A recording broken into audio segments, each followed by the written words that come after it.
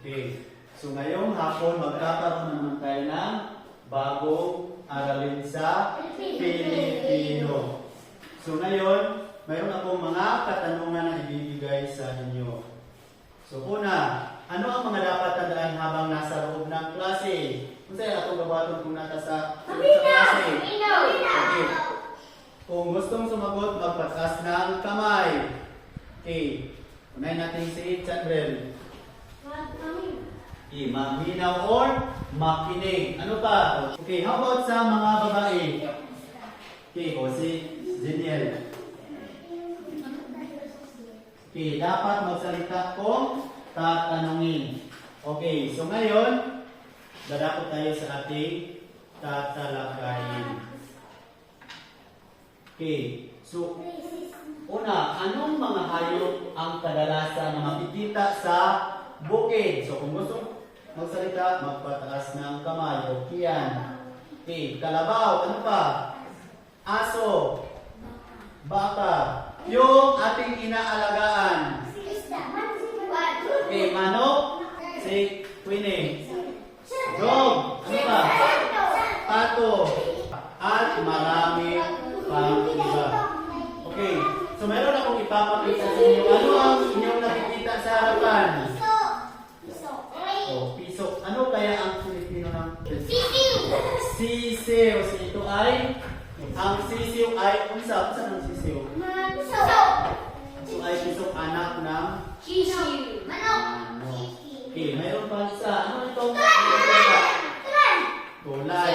So ito ay daanan ng tao. Mula dito sa kabilang patungo sa ibang lugar. So makaadto rin ka dito. Okay, so ano pa?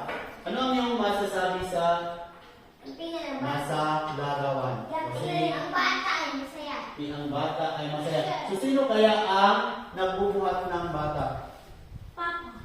Si Papa. Ang kanyang ama. So ano kaya ang tawag? Ano kaya ang ibang tawag sa ama? Tatay. So siya ay tatay. Okay, isa siya. Okay, ito ay isang ilaw. Ano ang gagamitan ng ilaw? Para saan ang ilaw? O, sige. Para may ilaw. Siyempre, para naisugat. Ano pa? Isa pagtulog para makita natin ang kung saan tayo dadaan. Okay, kung sa pag-iwan. Para hindi tayo madapa, kailangan natin ng ilaw. Okay, well. Okay, kung mag-brown out, kanya itong gamiton. Okay, mayroon din mga ilaw na hindi gumagamit ng kuryente. Sabi niya, hindi natin gamitin ng o solar. Ito ay, yun, ang sinasabi, lahat ng inyong nabanggit ay mga ilaw. Okay, so ngayon naman, ating aalamin kung ano ang mga ito. Okay, sabay-sabay, go! Okay, sisiw. Okay, so ano kaya ang sinabi niyo kanina ang sisiw ay anak na wala sa itlog, naging sisiw. Sunod, basahin natin sabay-sabay, go! Again. Anak ng babae. Lalaki. Sabay-sabay. Tulay. So, sinasabi natin, ang tulay ay dinadaanan ng tao papunta sa kabila.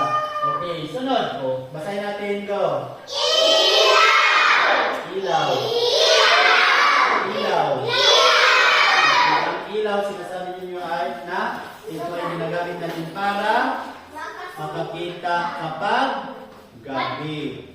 Okay, mahimo naman ito magamit na ito kung gabi. Mayroon tayong babasahin kwento na pinamagatang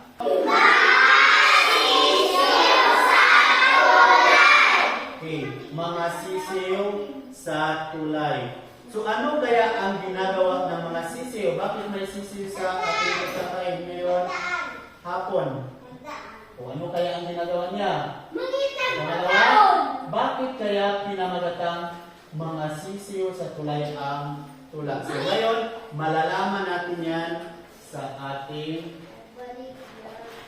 pagbabasa ng tula. Okay. So bago kayo magbasa, so babasahin ko muna. Pagkatapos, kayo na naman ang babasa sa aking babasahin tula na pinamagatang mga sisiw sa tulay. Okay, handa na ba ang lahat? Itaas ang kamay. Okay, hands down. Okay, so habang ako'y nagbabasa, makinig at titingin sa harap. Okay, mga sisiw sa tulay. Kay gandang pagmasdan ang mahabang tulay na maghapong ginawa ng masipag na tatay. Kahit masakit ang bewang ni nanay, pilit tumulong ang reyna ng tahanan. Sa ilalim nito'y puno ng kulay dilaw. Iyon pala'y mga sisiw na gumagalaw, na naglalaro sa ilalim ng araw, na animoy mga maliit na ilaw. Okay, so basahin natin sabay-sabay ang tula. Mula sa pamagat, mga sisiw sa tulay. Go!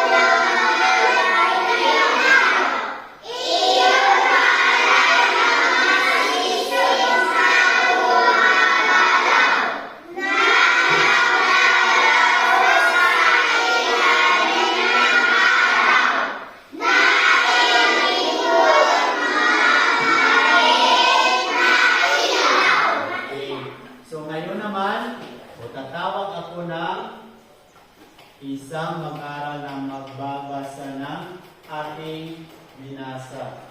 O, sino ang gustong bumasa? Okay, unahin natin si Mary Rose. O, tayo Mary Rose, tapos basahin ang tula. Ready, go! Mga sisiw sa tulay. Kay gandang pagmasdan ang mahabang tulay, na maghapong ginawa ng masipag na tatay. Kahit masakit ang baywang ni nanay, pilit tumulong ang reyna ng tahanan. Sa ilalim nito'y puno ng kulay dilaw. Iyon pala'y mga sisiw na gumagalaw, na naglaro sa ilalim ng araw, na animoy mga maliit na ilaw. Okay, bigyan natin ng palakpakin dito. Okay, so yun ay mula sa mga babae. So ngayon naman sa lalaki. Sino gustong bumasa?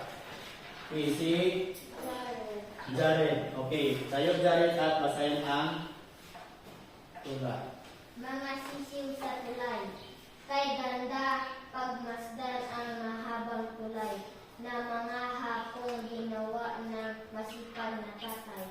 Kahit masakit ang diwang ni nanay, pilit tumulong ang reyna ng tahanan. Sa ilalim nito'y puno ng kulay dilaw. Iyon pala'y mga sisiw na gumagalaw, na naglalaro sa ilalim ng araw, na animo mga maliit na ilaw. Okay, bigyan natin ng palakpakin. Jared. Okay, so magaling. So ngayon naman, okay, tatanungin ko kayo kung talaga naintindihan ang ating binasang tula. Okay, unang tanong. Ano ang mga gumagalaw sa ilalim ng tulay. Okay. Si Shini. Okay, si Seo. Okay, magaling. Okay, sunod.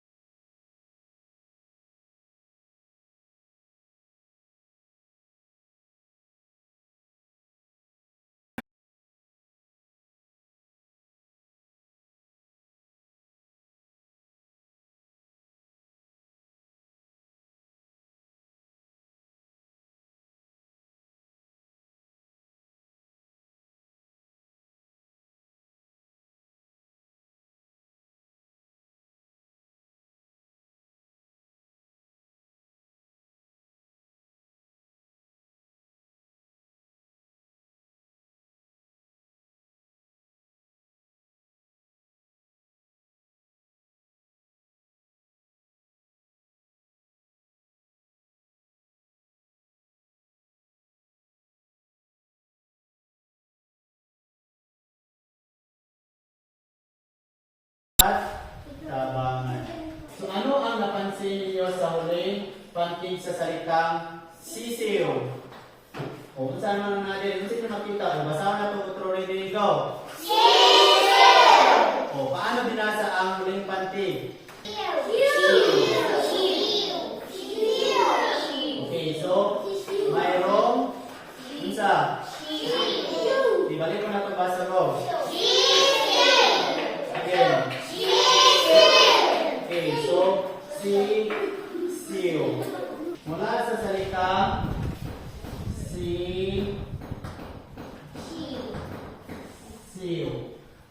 Okay, basahin natin. Okay, so basahin natin ang nasa ulan. Again. Ew. Again. Okay, so ito ay tinatawag na ito ay tinatawag na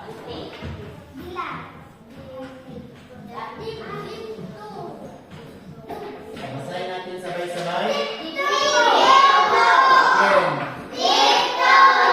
Okay, diphthongo. Okay, so mayroon pa kong kapagkas kung inyong makikita ang bawat linya mayroong mga ginamit na diphthongo. Halimbawa, basahin natin ni Dere. Next. Sunod. Sunod.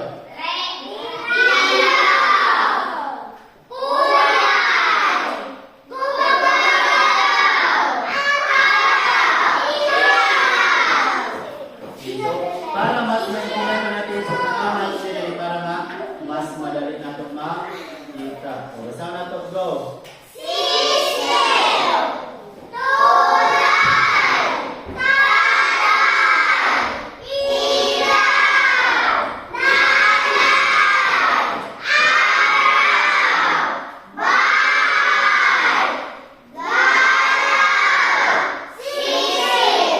Okay, ang mga salita nito ay tinatawag na mga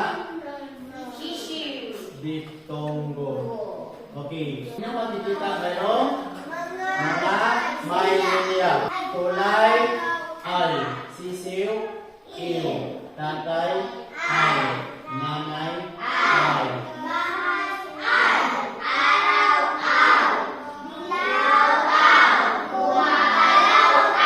Okay, so ngayon, hatiin ko kayo sa apat na grupo. So ito, isang grupo, at ang dito isa rin grupo. So ano ang inyong gagawin? Okay, so mayroon akong ibigay sa inyo na mga papel kung saan magiging gabay ninyo kung ano ang inyong gagawin. Okay, 5 pangungusap ang inyong gagawin. Pagkatapos, o bawat grupo, o kada grupo na ay 5. Pagkatapos, pipili babasa ng inyong ginawa. Pili isa. isa lang. Isa lang ang inyong buhaton. So, pwede na mo add to sa inyong grupo. Okay, unahin natin ang group 1. Okay, basahin o pumunta sa harapan ang inyong leader at saka basahin ang inyong ginawa. Ang sisiyo ay bagong itlog na napisa sa ilalim ng init na inahin. Ang ginamit ng dito ay Okay, sisiyo. Pangatlo, group 3. Okay, so group 3 na po. ang tulay na ito ay gawa sa bakal at ang ginamit na dito Okay, basahin natin ulit. Ready, go! tulay! Again. Again.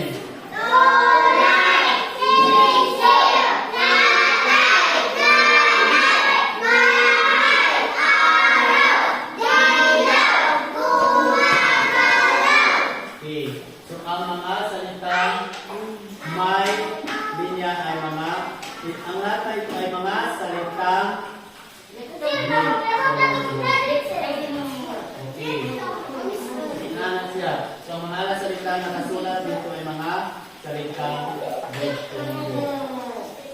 Okay, naiintindihan ba? Okay, so ang naiintindi, pataas ang kamay. Okay, hands down.